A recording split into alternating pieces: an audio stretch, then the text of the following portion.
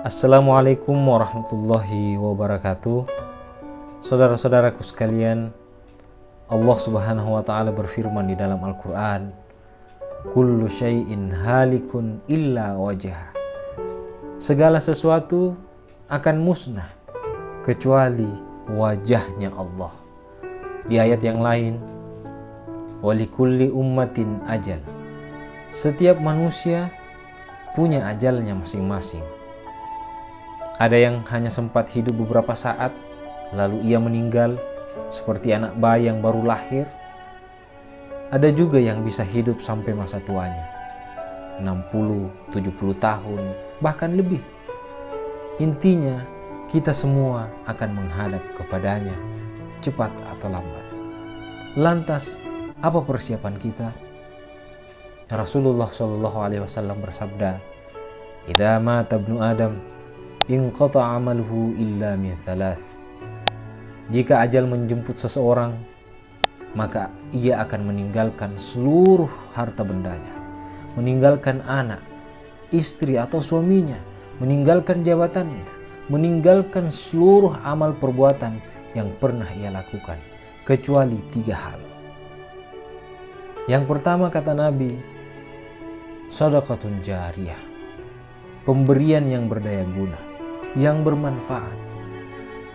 Sedekah tentu tidak hanya sebatas harta benda saja. Sedekah juga dalam bentuk pemberian, karya yang bisa dinikmati, dimanfaatkan oleh orang lain. Makanya Nabi bersabda, tabassumuka fi wajhi akhika sedekah. Bahkan senyummu kepada orang lain itu adalah bentuk sedekah. Maka berdaya gunalah, berkaryalah, bahagiakanlah orang lain sesuai dengan keahlian masing-masing. Maka pada saat itu Anda telah bersedekah jariah. Kemudian yang kedua, au ilmun yuntafa'u bih, ilmu yang dimanfaatkan. Tidak ada manusia yang tahu segala hal, bahkan orang yang kita anggap pintar sekalipun. Karena setiap manusia punya kelebihan dan keterbatasannya masing-masing. Jika Anda punya kelebihan, maka ajarkanlah kepada orang lain, bagikanlah. Karena kata Nabi, barang siapa yang memberi petunjuk orang lain, lantas orang tersebut melakukan kebaikan, maka orang yang mengajarkannya itu akan mendapatkan pahala serupa tanpa mengurangi pahala orang yang melakukannya.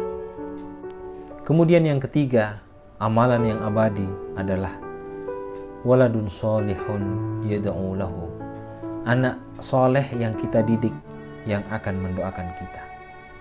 Siapa sih orang tua yang tidak menginginkan anak yang berbakti? Karena memang anak adalah aset orang tuanya, tidak hanya di dunia, bahkan ketika mereka sudah tiada. Maka sebagai anak, doakanlah orang tuamu, khususnya ketika mereka sudah tiada.